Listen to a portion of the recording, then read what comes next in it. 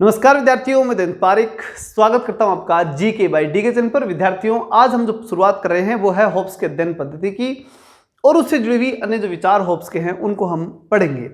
एक महत्वपूर्ण बात आपको बता दूं कि देखिए, लगातार समझते और पढ़ते रहने से कुछ नहीं होगा। पीछे वाली जो चीज़ें मैंने पढ़ा दी आपको, वो आपको याद होनी बहुत जरूरी है।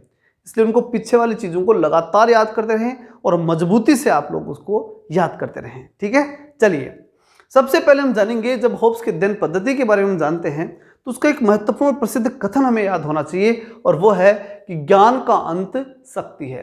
मतलब वो कहता है कि ज्ञान, इसमें जो दो भावार्थ निकलते हैं उसके, दोनों ही एक जगह लेके जाते हैं। और वो महत्वपूर्ण बात क्या है, वो ये है कि ज्ञान का अंत जो होगा ना वो शक्ति पर होगा, या तो ये, और दूसरा ये कि ज्ञान का अंत कौन कर सकती है, शक्ति कर सकती है। और दोनों ही बातें एक ही तरफ इशारा कर रही है। मतलब ये कि मान लीजिए जब ज्ञान चल रहा है और जब ज्ञान को लोग स्वीकार करना बंद कर रहे हैं, कब कर रहे हैं, जब वो शक्तिशाली लोग आक्रमण करते हैं तब ज्ञान समाप्त हो जाता है, तब ज्ञान को कोई नहीं पूछता, तब शक्ति इंपॉर्टेंट हो जाती है। इसलिए वो कहता है कि ज्ञान का अंत कब हो जाता है, जब शक्ति होती है, वहां ज्ञान नहीं चलता, दिमाग में ज्ञान पैदा ही नहीं होता। दूसरी बात तो कहता है कि ज्ञान का अंत जो है शक्ति कर भी देती है। पहली बात तो ये कि जब ज्ञान समाप्त होता है वहां शक्ति चालू हो जाती है, ऑटोमेटिक शक्ति शुरू हो जाती है। और दूसरी, शक्ति कई बार क्या करती है, खुद एग्रेसिव होकर के और ज्ञान को समाप्त भी कर देती है। लेकिन दोनों ही बातों में सार यही निकलता है कि ज्ञान का क्या हो जाता है, अंत, और शक्ति ताकतवर होती है। यानी कि ज्ञान और शक्ति में से होब्स के अकॉर्डिंग शक्ति ज्यादा पावरफुल चीज है। ठीक है, अब बात आती है कि ये बात उसने कहां कही। उन्होंने डी कोर्पो नामक रचना के अंदर ये बात कही थी। ये भी इंपॉर्टेंट बात है। ये कथन और ये कथन कहां गया, कहां कहा गया, ये दोनों बातें आपको ध्यान में रखनी है। अगली बात आती है, थॉमस होब्स ने राजनीति विज्ञान का अध्ययन ज्यामिति, बहुत महत्वपूर्ण बात, क्योंकि वो निश्चित रूप से गैलीलियो को स्वीकार करता है, भौतिक वैज्ञानिक को स्वीकार करता है, भौतिक वैज्ञानिक था। ठीक है, तो चीजें हमारे लिए जानना बहुत जरूरी है। ठीक है ना, कौन कौन सी, कि वो ज्यामिति का समर्थक था, भौतिकी और मनोविज्ञान की सहायता से वो अपने विचार डेवलप करता है। तो दो तीन चीजें हमें ध्यान में होनी चाहिए। कौन कौन सी, ज्यामिति, भौतिकी और मनोविज्ञान। इन तीनों की सहायता से उसने क्या किया था, राजनीति विज्ञान का अध्ययन किया था। मतलब जब राजनीति विज्ञान के बारे में उसने कुछ भी स्टडी की तो उसमें तीन चीजों को जरूर शामिल उसने किया। कौन कौन सी, ज्यामिति, भौतिकी और मनोविज्ञान। इन तीनों को शामिल करके ही राजनीति विज्ञान का उसने अध्ययन किया।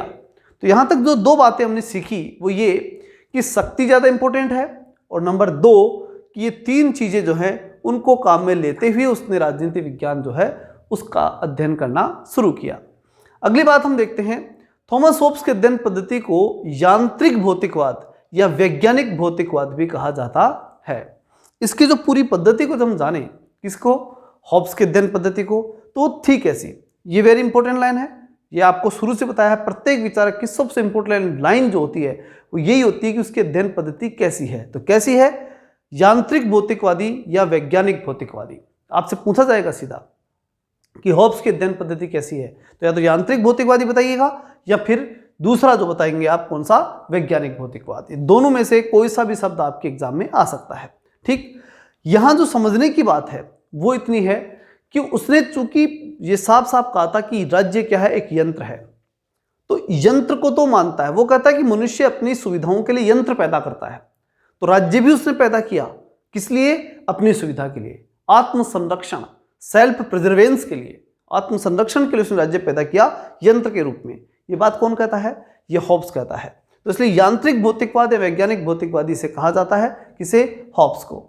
अगली बात, होब्स का यांत्रिक भौतिकवाद मार्क्स के द्वंद्वात्मक भौतिकवाद से अलग है। ये एक बड़ी इंपॉर्टेंट बात, क्या, कि मार्क्स का द्वंद्वात्मक भौतिकवाद जो किससे अलग हुआ, होब्स वाले भौतिकवाद से। क्यों, क्योंकि होब्स का भौतिकवाद जो है ना, उसका तो हमने क्या नाम दिया है, यंत्र वाला भौतिकवाद, और उसने द्वंद्व वाले भौतिकवाद की बात की थी, किसने, मार्क्स ने। क्या अंतर है, बड़ा जबरदस्त अंतर है, बहुत ही महत्वपूर्ण है, विशेष रूप से ध्यान रखना। पहले समझ देता हूं, फिर किताब इसमें देख लेंगे अपन लाइन को, पहले समझ लो इसको। देखो, यांत्रिक भौतिकवाद या होब्स वाले भौतिकवाद की जब हम बात करते हैं ना, तो इतना समझिए, जैसे हमने कल ही पढ़ा था, यानी पिछली वीडियो में हमने जाना था क्या, कि मनुष्य, होब्स के अकॉर्डिंग मनुष्य की आत्मा के या मनुष्य के हृदय के या ये कह सकता हूं कि मनुष्य के मन के कण जो है ना, वो उन चीजों की तरफ आगे बढ़ते हैं जो उसे अच्छे लगते हैं, और जो चीजें उसे अच्छी नहीं लगती ना मन को, उन चीजों से वो अलग चलता है। ठीक है ना? कौन? मन के अणु, ठीक है, या हृदय के अणु उधर ही जाएंगे जो अच्छे लगते हैं, और जो चीजें अच्छी नहीं लगती उनसे वो दूर हो जाएगा। यानी कि गति कौन कर रहा है? हॉब्स के अनुसार गति कर रहा है हृदय के अणु गति कर रहे हैं, और वो जहां चाहेंगे वहां जा सकते हैं, उन पर बाहर से कोई प्रतिबंध नहीं है। मन में जचेगा वहां पर मनुष्य जाएगा। ऐसा तो कौन कर रहा है? हॉब्स। लेकिन जैसे ही हम मार्क्स पे जाते हैं तो वो इससे उल्टी बात करता है। वो कहता है नहीं, ऐसा नहीं होता। होता यह है कि मन के कण तो होते हैं, हृदय के कण तो होते हैं, ठीक है, वो जो अणु या कण जो हैं, अणु मान लो, कण मान लो, ठीक है, वो जो है उनके ऊपर बाहर से दबाव डाला जा सकता है, बाहर से उनके ऊपर प्रेशर डाल के, और उनके विचार को, यानी कि मानो मन जो है वो खेलने के लिए जाना चाहता है, तो बाहर से यानी गार्जियंस का दबाव पड़ा और किताब उठाकर ये बच्चा बैठ गया और पढ़ने लग गया। तो वो क्या है? वो मार्क्स वाला क्या है? द्वंद्वात्मक भौतिकवाद। मार्क्स कहता है कि बाह्य मतलब बाहर से आप कंट्रोल कर सकते हो, किसको? मन के अणुओं को, और उनके अकॉर्डिंग उन्हें चलाया जा सकता है। और होब्स कहता है कि नहीं, मन जो ना, मन के कण या अणु जो भी हैं वो स्वतः गति करते हैं, किसी दूसरे का कोई उनके ऊपर दबाव नहीं होता। होब्स के अनुसार भौतिक अणु स्वयं गतिशील होते हैं। क्लियर है ये बात? कि जो भी भौतिक अणु, मैंने हृदय वाली बात इसलिए की क्योंकि होब्स ने हृदय की बात की थी, ठीक है ना, हृदय के कणों की गति की बात जो अपन ने कल भी पढ़ी थी, इसलिए वो प्रमुख रूप से अपने ले लिया। बाकी वो कहता है कि प्रत्येक भौतिक अणु, होब्स कहता है कि प्रत्येक भौतिक अणु जो है ना वो अणु स्वतः गति करता है। लेकिन मार्क्स के अनुसार स्वतः कोई गति नहीं करता, बाहर से कंट्रोल होता है। उसने माना था कि अणु को बाहर से गति प्राप्त होती है, कोई भी अणु हो उसे बाहर से गति प्राप्त होती है।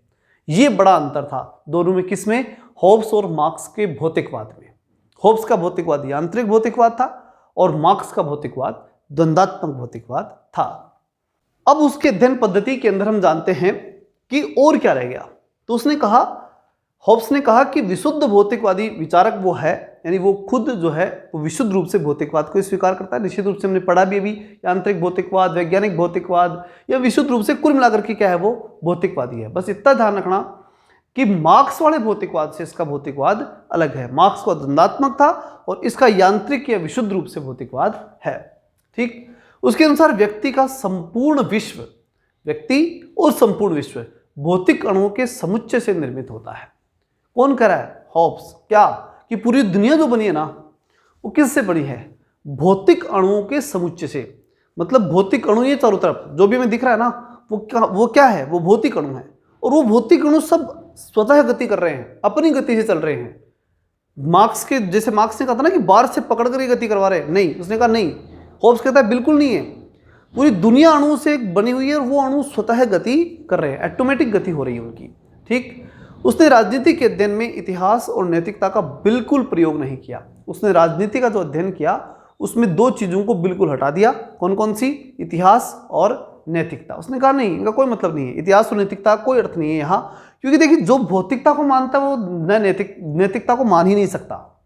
जो भौतिकता को मानेगा वो नैतिकता को क्यों मानेगा? वो कह रहा है कि जो गति हो रही है वो अणु कर रहे हैं, ईश्वर कर ही नहीं रहा, तो वो नैतिकता वाली चीज पे जाएगा ही नहीं।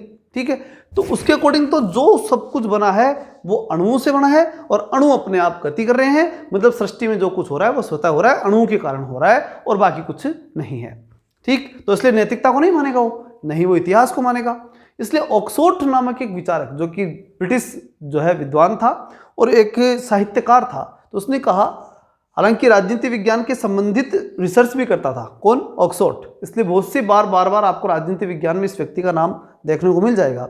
उसने क्या कहा होब्स के बारे में? उसने कहा कि होब्स का जो लेवियाथन है ना वो अंग्रेजी साहित्य की सर्वश्रेष्ठ रचना मानी जा सकती है और कुछ नहीं। क्यों? क्योंकि उसने क्या निकाल दिया? नैतिकता और इतिहास को निकाल दिया। और जब वो नैतिकता और इतिहास को निकाल दिया तो राजनीति कैसे बनेगी? क्योंकि राजनीति क्या है? राजनीति जो इतिहास के अंदर जो कुछ हुआ था, इतिहास में जो कुछ हुआ वो क्या थी उस समय की? वो उस समय की राजनीति तो थी जिसे आज हम इतिहास के रूप में पढ़ते हैं। तो कहते हैं कि जब आप इतिहास निकाल देंगे, नैतिकता निकाल दोगे, तो फिर राजनीति तो रही नहीं, वो फिर क्या बची? वो तो एक साहित्य बन गया अंग्रेजी का और कुछ नहीं बना। तो इसलिए ऑक्सफोर्ड ने इसकी आलोचना करते हुए कहा कि जब आप इतिहास और नैतिकता को अपने अध्ययन से निकाल रहे हो तो निश्चित रूप से आप क्या बन गए, एक अंग्रेजी साहित्य की किताब लिखने वाले विचारक बन गए, और लेवियाथन एक अंग्रेजी साहित्य बन के रह गया। यह बात किसने कही? ऑक्सफोर्ड ने कही। लेकिन उसकी थ्योरी स्पष्ट थी, किसकी? हॉब्स की। वो साफ कहता था कि मैं तो भौतिक चीजों को ही मानता हूँ, न नैतिकता को मानता हूँ, न ईश्वर को मानता हूँ। अगली बात, होब्स जहाँ की वो पढ़ता था ऑक्सफोर्ड यूनिवर्सिटी में, तो ऑक्सफोर्ड विश्वविद्यालय के अंदर जहाँ वो पढ़ा था वहाँ पर एक विचार चलता था। होब्स ने जहाँ वो पढ़ा करता था ऑक्सफोर्ड विश्वविद्यालय में, वहाँ एक विचार चलता था स्कोलेस्टिक पद्धति। कौन सी पद्धति? स्कोलेस्टिक पद्धति। बहुत ही महत्वपूर्ण है, इसको भी आपको ध्यान समझना है। स्कोलेस्टिक पद्धति का जोरदार खंडन करता है। कौन करता है? होब्स करता है। क्या था इस पद्धति में, इस स्कोलेस्टिक पद्धति में क्या था? इसमें यह था कि धर्म में जो कुछ है ना, उन सारी बातों को कोई ना कोई तर्क लगाओ और सही साबित कर दो। धार्मिक बातों को तर्क के माध्यम से सिद्ध कर देना, चाहे वो सही और चाहे वो गलत हो, गलत को भी तर्क लगाकर सही कर दो। ये उसकी थ्योरी थी, किसकी? स्कोलेस्टिक पद्धति की। इसी विश्वविद्यालय के छात्र थे कौन? हॉब्स। निश्चित रूप से बताई दिया मैंने आपको। स्कोलेस्टिक पद्धति के द्वारा धार्मिक मान्यताओं को तार्किक रूप से प्रमाणित किया जाता था। बताई दिया मैंने आपको कि कोई भी धार्मिक मान्यता हो उसे तर्क के माध्यम से सही सिद्ध करने का प्रयास। ठीक है, यही क्या था? हॉब्स का एक विचार था कि इस स्कोलेस्टिक पद्धति को कैसे खंडित किया जाए, और उसने किया। धार्मिक मान्यताओं को चाहे वैसे ही प्रमाणित कर रहे थे ना लोग, उस चीज का उसने बहुत बड़ा खंडन किया। तो यहां हम जाने कि हॉब्स की पद्धति में इस स्लाइड के अंदर हमने क्या सीखा, तो हमने देखा कि उसने ये कहा है कि व्यक्ति और चाहे संपूर्ण विश्व सब के सब किसी न किसी अणु से बने और वो अणु स्वतः गति कर रहे हैं। दूसरा हमने जाना कि उसके अध्ययन पद्धति में इतिहास और नैतिकता का कोई स्थान नहीं है। और तीसरी हमने जाना कि उसने अपने अध्ययन पद्धति में स्कोलेस्टिक पद्धति का खंडन किया। ये सारे काम उसने किए। आगे बढ़ते हैं। अब बात आती है हॉब्स के अनुसार राज्य की प्रकृति। प्रकृति की जब हम बात करें, देखो अध्ययन पद्धति को ध्यान से देखना, वापस देख लो चाहे अगर नहीं समझ में आया तो, ठीक है ना। उसको समझे बिना आप हॉब्स को नहीं समझ पाओगे, किसी भी विचारक को नहीं समझ सकते। मैंने पहले दिन भी कही थी बात कि किसी भी विचारक की पद्धति समझो, पद्धति समझ में आ गई फिर वो विचारक समझ में आएगा। हालांकि बाद में कुछ विचारकों ने कोई विशेष पद्धति पे काम भी नहीं किया, तो इसलिए उनकी पद्धति पढ़ते भी नहीं है, क्योंकि कोई एक थ्योरी में ही चले। जैसे हॉब्स एक ही थ्योरी पे चला था, इसलिए उसकी पद्धति बन गई। लेकिन कुछ विचारक ऐसे भी निकले आगे जाकर कि जो किसी विशेष पद्धति के अकॉर्डिंग वो चले ही नहीं, वो अलग अलग विचार कभी किधर से कभी किधर से विचार लेके आए, तो इसलिए उनका स्पष्ट विचार नहीं बनने से उनकी पद्धति नहीं भी बनी। ऐसा नहीं कि कहीं आप रिसर्च करने बैठ जाओ कि इस विचारक की पद्धति क्यों नहीं है। जैसे कल एक स्टूडेंट का कमेंट था कि सर ये मैकियावली का न्याय है ही नहीं क्या। तो देखिए वो अलग अलग किताबों में हो सकता है, मैं नहीं कहता, क्योंकि हर व्यक्ति के कुछ ना कुछ विचार तो होते ही हैं। मैकियावली के अकॉर्डिंग भी न्याय तो कहीं ना कहीं तो हुआ होगा, और किसी विचारक ने लिख भी दिया होगा या किसी लेखक ने लिख दिया होगा, किसी किताब मिल भी जाए आपको। लेकिन महत्वपूर्ण चीजें ही हम कंपटीशन के अकॉर्डिंग पढ़ते हैं, इसलिए उसके अकॉर्डिंग आप इसे ध्यान रखें। अगर कुछ होता ना वहाँ कुछ इंपॉर्टेंट, तो मेरी रिसर्च से छूटता नहीं, क्योंकि मैं पहले आपको पढ़ाने से पहले उन चीज़ों को पूरी तरह से बारीकी से देखता हूँ कि ऐसा कुछ रह न जाए जो बच्चों के लिए काम का है। ठीक है, चलिए।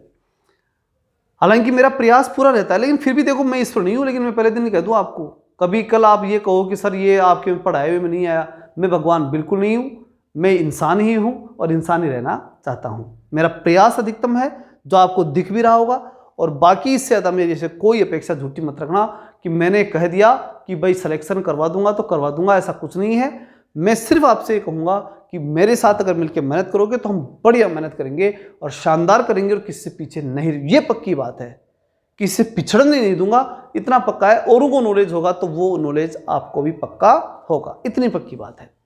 अब देखते हैं इसमें हॉब्स के अनुसार राज्य की प्रकृति। वेपर ने थॉमस हॉब्स के राज्य की प्रकृति को यांत्रिक कहा था। वेपर ने क्या कहा था? एक विचारक था वेपर, उसने कहा कि हॉब्स वाला राज्य कैसा है? हॉब्स का राज्य है यांत्रिक। ठीक है, वह सीधी सी बात है, व्यक्ति ने अपनी आवश्यकता की पूर्ति के लिए क्या बनाया? राज्य बनाया, यानी एक यंत्र बनाया। तो राज्य क्या है? यंत्र है। तो उसके अनुसार राज्य की प्रकृति कैसी हुई? यांत्रिक। राज्य कैसा हुआ? यंत्र हुआ। दूसरी बात, तो वेपर ने इस बात को स्पष्ट कर दिया कि भाई हॉब्स ने जो राज्य बनाया ना वो यंत्र के रूप में ही बनाया। बहुत महत्वपूर्ण बात है, याद रखना। दूसरी बात, राज्य मानव द्वारा निर्मित है। यह विचार हॉब्स द्वारा पहली बार आधुनिक युग में दिया गया। हॉब्स से पहले किसी विचारक ने यह नहीं कहा था क्या कि राज्य मनुष्य ने बनाया है। पहला व्यक्ति जिसने आकर के पाश्चात्य राजनीति में ये कहा कि राज्य जो है ना वो किसने बनाया, मनुष्य ने बनाया, और यंत्र के रूप में बनाया। ये बात तो किसने कही नहीं, इसके बारे में ध्यान समझ रहा। ये विचारक यानी थॉमस हॉब्स द्वारा पहली बार आधुनिक युग में ये बात कही कि राज्य मानव द्वारा निर्मित है। स्पष्ट जो बात कह दी कि राज्य मानव ने ही बनाया है, ये बात इससे पहले किसी ने नहीं कही थी। अब हम बात करते आगे। हॉब्स के अनुसार राज्य क्या हुआ, फिर ऐसी स्थिति में राज्य क्या हो गया, एक यंत्र हो गया, जो कि वेपर ने भी कहा, ठीक है। और निश्चित रूप से उसके विचारों को हम पढ़ते तो मालूम भी पड़ता है कि राज्य का, हॉब्स के अनुसार राज्य क्या है, यंत्र ही है। ये मानव निर्मित संस्था है, मानव ने बनाया, मानव ने अपने स्वार्थ के लिए बनाया, तो यंत्र ही बनाया, न कि देवीय देवताओं ने राज्य निर्मित नहीं किया। राज्य प्राकृतिक अथवा देवी संस्था नहीं है। यांत्रिक राज्य के समर्थक व्यक्तिवाद को महत्व देते हैं। अब यहां से एक बात समझो, बहुत काम की बात है, क्या कि राज्य प्राकृतिक अथवा देवी संस्था नहीं है। प्रकृति ने अथवा देवताओं ने राज्य नहीं बनाया। किसने बनाया, व्यक्ति ने बनाया। किस रूप में बनाया, यंत्र के रूप में बनाया। मतलब व्यक्ति ने यंत्र बनाया राज्य के नाम से, और वो उस यंत्र से अपना लाभ कर रहा है। किसका लाभ कर रहा है, अपना लाभ, मतलब व्यक्ति का लाभ हो रहा है। इसका मतलब घुमा फिरा करके होब्स एट लास्ट जा कहां रहा है, व्यक्ति पर। उसने राज्य ही बनाया तो व्यक्ति के लिए बनाया है। तो जितने भी लोग राज्य को यंत्र के रूप में मानते हैं ना, वो ये मानते हैं कि व्यक्ति ने राज्य बनाया और एक यंत्र के रूप में बनाया। वो लोग निश्चित रूप से ये भी मानते हैं कि व्यक्ति के लिए वो यंत्र बना है, इसलिए व्यक्ति इंपॉर्टेंट है। इसलिए हमेशा ध्यान रखना, जितने भी लोग यांत्रिक राज्य का समर्थन करते हैं वो सब के सब व्यक्तिवाद का भी समर्थन करते हैं। क्लियरली याद रखना इस बात का। हॉब्स, लोक, बेंथम और मिल, ये प्रमुख चार विचारक हैं जो राज्य को क्या मानते हैं, यंत्र। मतलब मैं सीधा कह सकता हूं कि ये चारों के चारों व्यक्तिवादी हैं। व्यक्ति इंपॉर्टेंट, व्यक्ति को इंपॉर्टेंट मानते हैं, और ये मानते हैं कि व्यक्ति ने राज्य बनाया है, यंत्र के रूप में बनाया है। समझ में आ गई होगी बात। इस पूरे पैराग्राफ से हमने क्या सीखा, हमने इससे ये सीखा कि राज्य व्यक्ति द्वारा बनाया गया यंत्र है, और चूंकि व्यक्ति ने अपने स्वार्थ में ये यंत्र बनाया है, इसलिए हॉब्स एक व्यक्तिवादी भी है और एक यांत्रिक राज्य का समर्थक भी है। क्लियर, आगे देखते हैं अगली बात। हॉब्स के अनुसार व्यक्तिवाद क्या है, फिर राज्य तो समझ में आ गया, राज्य तो एक यंत्र है। क्लियर हो गई बात कि व्यक्ति द्वारा बनाया गया एक यंत्र है और व्यक्ति के लिए ही बनाया गया है, ठीक है ना। क्लियर हो गई बात। अब बात आती है कि व्यक्तिवाद क्या है। फिर आपने ये तो कह तो दिया कि जो यांत्रिक राज्य के समर्थक है वो सारे व्यक्तिवादी हैं, यानी इसका मतलब ये है कि जब राज्य बनाया गया है तो व्यक्ति के लिए ही बनाया गया है। अब उसके हॉब्स के विचारों में और कहाँ कहाँ व्यक्तिवाद दिखाई देता है वो भी देखते हैं। व्यक्तिवादी विचारधारा का जन्म आधुनिक युग के अंदर होता है। वही बात, हॉब्स कब है, आधुनिक। जब मैकियावली के बाद जितने विचारक हैं वो सब क्या हैं, आधुनिक विचारक ही हैं। तो आधुनिक युग के अंदर हुआ है। व्यक्तिवादी विचारधारा में व्यक्ति को साध्य और राज्य को क्या माना गया है, साधन। राज्य साधन है, व्यक्ति साध्य है। कैसे, देखो सुनो, एक छोटी सी कहानी सुनना जो हॉब्स ने बताई थी। मैं नहीं बता रहा हूँ, हॉब्स की है। वो कहता है कि प्राकृतिक अवस्था में सारे मनुष्य दुखी थे, सब एक व्यक्ति दूसरे को मार रहा था, ठीक है। क्षणभंगुर जीवन था, ताकतवर व्यक्ति कमजोर को मार रहा था। एक व्यक्ति कमजोर, उससे ऊपर बड़ा ताकतवर, फिर उससे बड़ा ताकतवर, उससे बड़ा ताकतवर। मतलब कोई तो ये नहीं कह सकता कि मैं सबसे बड़ा ताकतवर, और कोई ये नहीं कह सकता कि मैं सबसे कमजोर, क्योंकि कोई ना कोई किसी न किसी ताकतवर जरूर था। ऐसे में एक अंतिम ताकतवर व्यक्ति भी तो हुआ कि नहीं हुआ, एक सबसे ताकतवर व्यक्ति भी हुआ।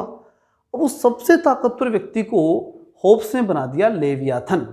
क्या बनाया, लेवियाथन। उसके अकॉर्डिंग होप, वो जो सबसे ताकतवर है ना, उसको सारे लोग मिलकर के, जितने भी उस राज्य में उस प्राकृतिक अवस्था के लोग थे ना, जितने भी थे, उन सब ने डिसाइड किया कि यार देखो, हम एक दूसरे को मारते हैं, कोई फायदा नहीं है, एक काम करो, हम सब मिल करके और क्या बना देते हैं, एक राजा बना देते हैं, ठीक। और वो राजा जैसा कहेगा वैसे हम कर लेंगे। ये बात किसने कही, हॉब्स ने। मतलब समझौता करके राजा बना दिया और उसका नाम हो गया लेवियाथन, ठीक। क्यों बनाया इन लोगों ने राज्य, क्यों बनाया, इन सब ने मिलकर के राज्य इसलिए बनाया अपनी सुरक्षा हो सके। मतलब इन सब लोगों की क्या हो जाए, सुरक्षा। इसके लिए तो उन्होंने क्या बनाया, राजा बनाया। मतलब टोटली बात क्या साबित हो रही है कि व्यक्तियों ने अपने स्वार्थ के लिए, व्यक्तियों ने अपनी सुरक्षा के लिए, आत्मरक्षा के लिए, इन सब व्यक्तियों ने राज्य बनाया है। इसका मतलब वो राज्य जो बनाया गया है वो फिर क्या हो गया, एक साधन हो गया, एक यंत्र हो गया। और राज्य क्या है, साधन, और व्यक्ति क्या है, साध्य। जिन व्यक्तियों के लिए वो राज्य बना है, क्योंकि वो तो यंत्र है, ठीक है ना, जो सब व्यक्ति ने मिलकर बनाया है, और वो लेवियाथन नामक यंत्र हुआ। ठीक, तो इस प्रकार से वो कहता है, हॉब्स कहता है क्या, उसकी विचारधारा में व्यक्ति को साध्य और राज्य को क्या माना गया है, साधन, क्योंकि वो यंत्र जो राज्य बना है उस यंत्र के माध्यम से व्यक्ति अपनी रक्षा करेगा। क्योंकि सब के सब एक दूसरे को मार रहे थे, अब नहीं मारेंगे, क्योंकि अब कोई ताकतवर कमजोर को मारेगा तो राजा उसको दंड देगा। अब सिस्टम बन गया। ठीक, अगली बात, होब्स व्यक्तिवादी है, जिसके पीछे निम्नलिखित तर्क हैं। और ज्यादा तर्क अगर हम देना चाहें व्यक्तिवादी होने के, ये तो एक तर्क तो स्पष्ट दिखाई दे रहा ना कि व्यक्ति की रक्षा के लिए राज्य बनाया है, इसका मतलब होब्स क्या है, व्यक्तिवादी है, व्यक्ति की सोच रहा है। ठीक, और तर्क दें अगर हम तो क्या हो सकता है, राज्य का निर्माण व्यक्तियों के समझौते से हुआ। अभी भी समझ में आई, मैंने कहा कि सब ने मिलकर के और क्या बनाया, राजा बनाया। मतलब सब ने आपस में समझौता किया ना, सभी लोगों ने जो प्राकृतिक अवस्था थे उन सब ने आपस में समझौता करके क्या बनाया है, राजा। हालांकि उसकी डिटेल आगे पढ़ेंगे अपन, सब ने मिलकर राजा बनाया। तो पहली बात कि व्यक्तियों ने समझौता करके राजा बनाया, तो व्यक्तियों ने बनाया, मतलब इंपॉर्टेंट कौन हो गया, व्यक्ति। इसका मतलब होब्स क्या है, व्यक्तिवादी। नंबर 2, राज्य के निर्माण का मूल उद्देश्य आत्मसंरक्षण। किसका आत्मसंरक्षण, व्यक्ति का आत्मसंरक्षण। सभी व्यक्तियों ने अपनी आत्मरक्षा के लिए ही तो राजा बनाया। इसका मतलब आत्मसंरक्षण बड़ा कंसेप्ट था, व्यक्ति अपनी रक्षा के लिए राज्य बना रहा है, तो आत्मसंरक्षण था उद्देश्य, मूल उद्देश्य राज्य का। इसलिए भी हम कह सकते हैं कि होब्स क्या है, व्यक्तिवादी, क्योंकि वो व्यक्ति की आत्मरक्षा की ही बात कर रहा है। तीसरी बात, होब्स ने राज्य की उत्पत्ति में देवी सिद्धांत का खंडन कर दिया, जो कि जेम्स प्रथम ने दिया था, उस सिद्धांत का क्या कर दिया उसने, खंडन। अब एक बात बताइए, जब कोई ये कह दे कि मतलब प्रकृति ने और देवताओं ने राज्य नहीं बनाया, व्यक्तियों ने राज्य बनाया है, तो इसका मतलब जब आपने ईश्वर को और प्रकृति को नकार दिया तो किसको मान लिया, व्यक्ति को मान लिया। मतलब व्यक्ति इंपॉर्टेंट है, व्यक्तियों ने मिलकर राजा बनाया है, इसका मतलब होब्स क्या है, व्यक्तिवादी है। और अंतिम बात, थॉमस होब्स के अनुसार यदि राज्य व्यक्ति के आत्मसंरक्षण में असफल हो जाए तो राज्य के विरुद्ध क्रांति की जा सकती है।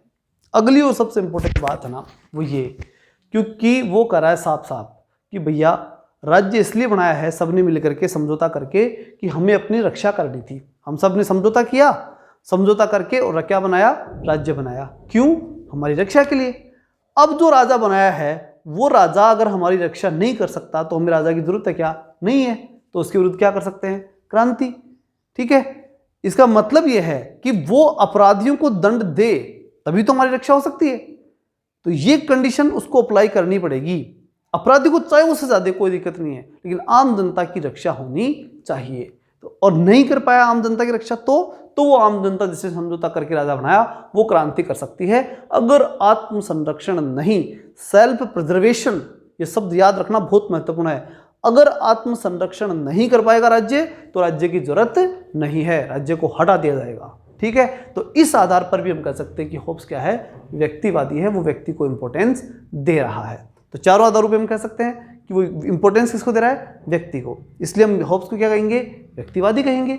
और राज्य क्या है होब्स के अनुसार, यंत्र है। क्लियर, आगे चलते हैं। व्यक्तिवाद और पूर्ण सत्तावाद में समन्वय। अगली जो महत्वपूर्ण बात आती है कि होब्स ने व्यक्ति को महत्व दिया। भाई सबने मिलकर के क्या किया, आपस में समझौता किया, किसको बनाया, लेवियाथन को। ये बात तो क्लियर हो चुकी ना कि सबने समझौता करके लेवियाथन बनाया था। इसका मतलब व्यक्ति इंपॉर्टेंट है। क्यों व्यक्ति इंपॉर्टेंट है, क्योंकि राजा बनाया गया है व्यक्ति की रक्षा के लिए, व्यक्ति की आत्म रक्षा के लिए। लेकिन एक बात और भी तो हुई इसके साथ साथ, क्या हुई, सबने मिलकर के जब राजा को बनाया तो अपनी सारी शक्तियां, सभी लोगों ने, जो प्राकृतिक अवस्था के सब लोग थे, उन सब ने अपने सारे पावर किसको दिए, उस एक व्यक्ति को दिए। तभी तो कि सब के सब, हम सारे के सारे लोग शक्ति तेरे को देते हैं, अब हम एक दूसरे को नहीं मारेंगे, हमारे को एक दूसरे को मारने की शक्तियां सारी हम तुझे देते हैं। अब कोई बदमाशी करे तो तू मारना हमारे को, हम एक दूसरे को नहीं मारेंगे। और अगर हम एक दूसरे को मारते हैं तो तू हमारे को रोकेगा, दंड देगा, सजा देगा। क्लियर हुई बात। तो इसका मतलब क्या हुआ कि सारी शक्तियां आपने किसको दे दी, उसे एक लेवियाथन को दे दी। तो पूर्ण सत्तावादी हुआ आपने, वो व्यक्ति हो गया। वो लेवियाथन पूर्ण सत्ता रखता है कि नहीं रखता, रखता है। तो उधर तो वो लेवियाथन तो क्या हो गया, पूर्ण सत्तावादी, और ये व्यक्ति इंपॉर्टेंट है, क्योंकि इन व्यक्तियों के लिए वो पूर्ण सत्तावादी बनाया गया है।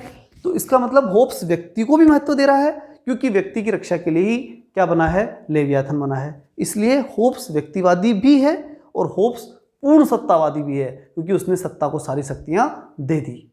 तो दोनों बातें हुई कि नहीं हुई? इसका मतलब होब्स इन दोनों में समन्वय स्थापित करता है। किसमें? व्यक्तिवाद में और पूर्ण सत्तावाद में। ठीक, व्यक्ति को भी इंपोर्टेंस दे रहा है और पूर्ण सत्ता को भी इंपोर्टेंस दे रहा है। पूरे व्यक्ति मिलकर के पूर्ण सत्ता को पूरे पावर देंगे, इसलिए वो पूर्ण सत्ता हुई है, ध्यान रखना। और इधर व्यक्ति के लिए बनी है वो पूर्ण सत्ता, इसलिए व्यक्ति इंपोर्टेंट है, इसलिए व्यक्तिवादी भी हुआ होब्स और होब्स पूर्ण सत्तावादी भी हुआ। उन दोनों विचारों में उसने क्या किया? समन्वय स्थापित किया। देख लेते हैं इसको। होब्स ने व्यक्ति के आत्म संरक्षण के लिए निरंकुश शक्तिशाली राजा का समर्थन किया। निश्चित रूप से व्यक्तियों की रक्षा के लिए तो राजा बना है। इसलिए होब्स के विचारों में पूर्ण सत्तावाद भी विद्यमान है। निश्चित रूप से सारी शक्तियां सभी लोगों ने मिलकर किसको दे दी? एक लेवियाथन को दे दी, सारी शक्ति दे दी, खुद के पास कोई शक्ति नहीं। क्यों नहीं शक्तियां? क्योंकि खुद के पास शक्ति रखेंगे तो अगर मेरे पास शक्ति रखेगी तो मैं कमजोर को मार दूंगा, फिर क्या मतलब है राजा बनाने का? कोई मतलब नहीं। तो मैं अपने पास शक्ति नहीं रखूंगा, हम तो सारी शक्तियां किसको दे देंगे समझौता करके? राजा को। फिर हमारे पास कोई शक्ति नहीं। अगर उसके बाद अगर एक व्यक्ति दूसरे को मारता है तो दंड कौन देगा? वो राजा देगा। इसलिए होब्स के विचारों में पूर्ण सत्तावाद भी विद्यमान है। होब्स का लेवियाथन पूर्ण सत्ता रखता है और व्यक्ति के लिए रखता है, इसलिए व्यक्तिवादी भी है। तो होब्स के विचारों में पूर्ण सत्तावाद साधन है। और ये बड़ी इंपॉर्टेंट लाइन है भाई, होब्स के विचारों में पूर्ण सत्तावाद साधन है। वो राज्य साधन हुआ कि नहीं हुआ? जिसको पूर्ण सत्ता आपने दे रखी है ना, सारी शक्तियां, वो यंत्र है, वो राज्य है, राज्य यंत्र तो है। तो राज्य नामक जो यंत्र है जिसे आपने लेवियाथन के रूप में राजा बनाया है, वो साधन है। किसका साधन? इस व्यक्ति का, जिस व्यक्ति ने समझौता करके किसे बनाया? राज्य को। तो उसके विचारों में पूर्ण सत्तावाद यानी लेवियाथन साधन है और व्यक्तिवाद क्या है? साध्य है। समझ में आ गया होगा अच्छी तरह से? आगे देखते हैं। होब्स के अनुसार व्यक्ति का स्वभाव और मानव की प्रकृति। अब इंपॉर्टेंट बात आती है। राजा की बात तो समझ में आई भाई, हमने क्या क्या जाना? देखो, सबसे पहले हमने जाना पूर्ण सत्तावाद और व्यक्तिवाद। इसमें कोई दिक्कत मेरे अकॉर्डिंग बिल्कुल नहीं है, क्योंकि व्यक्तिवादी था और पूर्ण सत्तावादी हो उसने राजा को बनाया था। फिर उसके बाद होब्स के अनुसार व्यक्तिवाद, तो होब्स व्यक्तिवादी था क्योंकि उसने राजा को भी इसीलिए बनाया था कि व्यक्ति की रक्षा करनी है। और हमने क्या जाना? होब्स के अनुसार राज्य की प्रकृति, राज्य कैसा होगा? राज्य के यंत्र के रूप में होगा। अगली चीज, होब्स की अध्ययन पद्धति, जो हमने अच्छी तरह जानी, उसको ढंग से पढ़ना, इसके लिए छोड़ रहा हूं ये। ठीक, अगली बात, अंतिम और सबसे महत्वपूर्ण बात है ये, क्या? वो देखो, होब्स के अनुसार व्यक्ति का स्वभाव, व्यक्ति कैसा है, स्वभाव कैसा है उसका।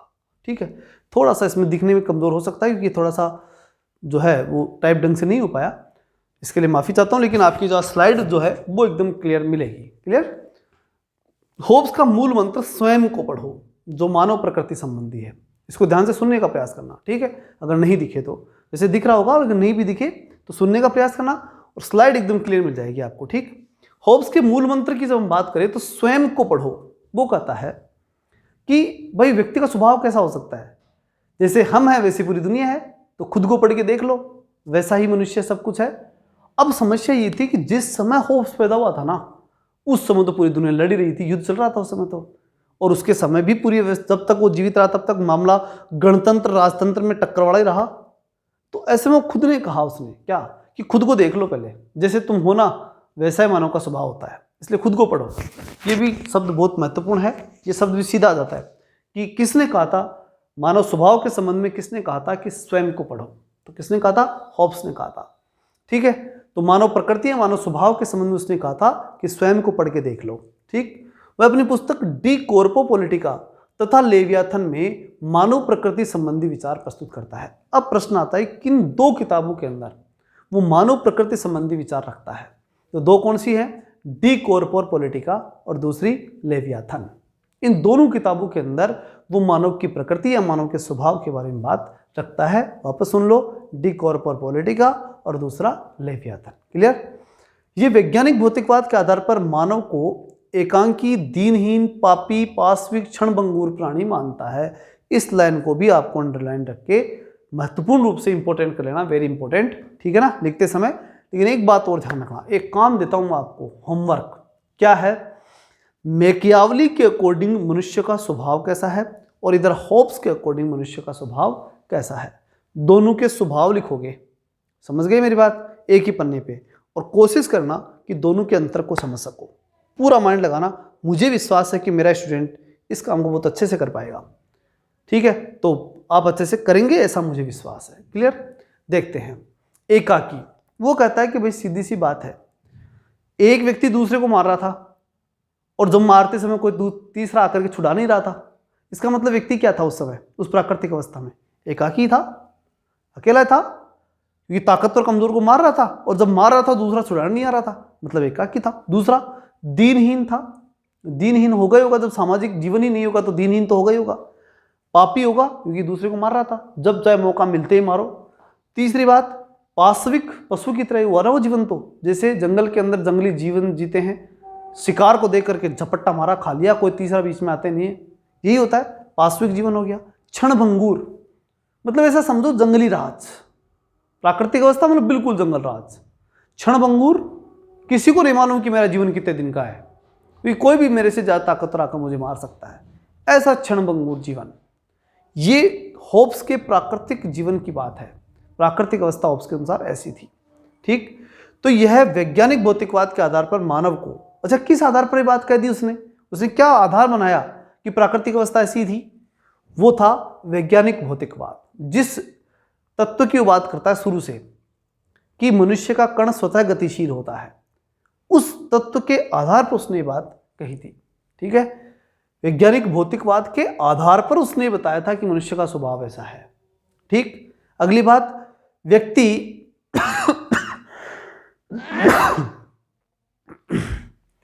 व्यक्ति यश एवं शक्ति प्राप्त करना चाहता है। व्यक्ति क्या प्राप्त करना चाहता है? यश और शक्ति। वह लालची है, स्वार्थी है, इच्छाएं उसकी अनंत हैं, ठीक है ना। अब देखो, लालची, स्वार्थी और इच्छाएं अनंत होती है तभी तो एक व्यक्ति दूसरे को मारता है, नहीं तो क्या मतलब है, क्यों मारेगा? समझ में आ रही है कि बात?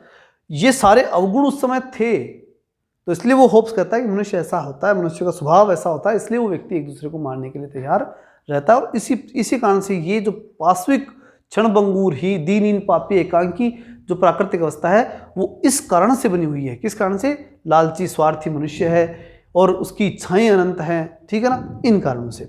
अगली बात, मानव प्रकृति के संबंध में 3 निष्कर्ष निकालता है। अभी निष्कर्ष बड़े इंपॉर्टेंट है जो उसने निकाले थे। क्या है निष्कर्ष? पहला, नैतिकता का मापदंड स्वयं मानव है।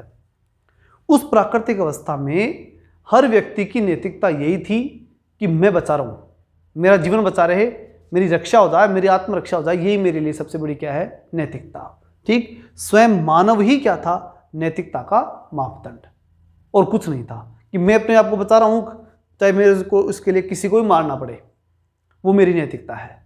उस समय की स्थिति यही थी, उस प्राकृतिक अवस्था की बात थी। अगली बात, मानव मनोविज्ञान का मूल तत्व आत्मसंरक्षण है। ये बात तो मैंने पहले बता दिया, सेल्फ प्रिजर्वेंस, आत्मसंरक्षण, खुद की रक्षा। देखो ये शब्द, इस शब्द के चक्कर में उसने पूरा सब कुछ लिख दिया। किसने?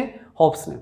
आत्मसंरक्षण के लिए तो राज्य बना, आत्मसंरक्षण के लिए वो व्यक्तिवाद वाली बात आई, आत्मसंरक्षण के लिए राज्य बना, सारे काम आत्मसंरक्षण के लिए हुए हैं, समझौता भी हुआ, आत्मसंरक्षण, सारा टारगेट जो बनाया गया राज्य उत्पन्न करने के लिए, जितना भी किया गया वो सब किसके लिए था? व्यक्ति अपनी रक्षा के लिए कर रहा था। तो आत्मसंरक्षण ही मूल उद्देश्य था। तो मानव मनोविज्ञान का मूल तत्व आत्मसंरक्षण है, मतलब अपनी रक्षा मनुष्य हर समय करना चाहता है। ये उसके स्वभाव का ये वो हिस्सा है जिसके कारण से ये सारी चीजें पैदा हुई। अगर वो आत्मरक्षा की टेंशन नहीं पड़े ना, तो वो किसी को मारेगा ही नहीं। किसी दूसरे को क्यों मारेगा? वो तब मारेगा उस प्राकृतिक अवस्था में कि उसे डर लगता है कि अगर मैंने इसको नहीं मारा तो मेरे को दूसरा मार जाएगा, इसलिए मैं इसको मार करके ताकतवर बन जाऊं, ये कह दूं कि हाँ कम से कम ये तो नहीं मारेगा मेरे को, अब वो दूसरा ही मारेगा। ये कंडीशन उस समय की थी, मतलब सारी टेंशन उसको खुद की थी और कुछ नहीं। होब्स कहता है कि खुद की चिंता में मर रहा आदमी, ठीक है ना। आत्मसंरक्षण। मानव अहमवादी और महत्वाकांक्षी प्राणी है। अहमवादी यानी कि मैं ही रहूं और कोई नहीं, और महत्वाकांक्षी कि मैं राजा बन जाऊं इन सबका और मैं सबसे ताकतवर बन जाऊं। ये महत्वाकांक्षा ये मनुष्य में आज भी है, पहले भी थी। तो महत्वाकांक्षा के कारण से और आत्मसंरक्षण के कारण से व्यक्ति का स्वभाव ऐसा बन गया, ठीक। ये सारे स्वभाव के ही आधार हैं, ये कुछ आधार हैं। बाकी ये जो लाइन है ना, ये वेरी इंपॉर्टेंट है, इसको ध्यान रखना कि स्वभाव तो ऐसा ही था, इन सब कारणों से था। क्लियर? समझ में आ गई होगी बात? तो ये था होब्स का एक महत्वपूर्ण पार्ट। आज प्रयास करूंगा मैं आज क्लास दोपहर तक आएगी, यानी ये थोड़ा गड़बड़ हो गया, वापस से बनाना पड़ रहा है वीडियो मेरे को, क्योंकि एक तो वीडियो कल मैंने बनाया था ये, लेकिन कुछ टेक्निकल मिस्टेक होने के कारण से गड़बड़ हो गई। अब ये क्लास आपकी कब तक आती है? अगर लेट तो हो जाती है, शाम तक ही पहुँचती है, तब तो कल ही बात करेंगे।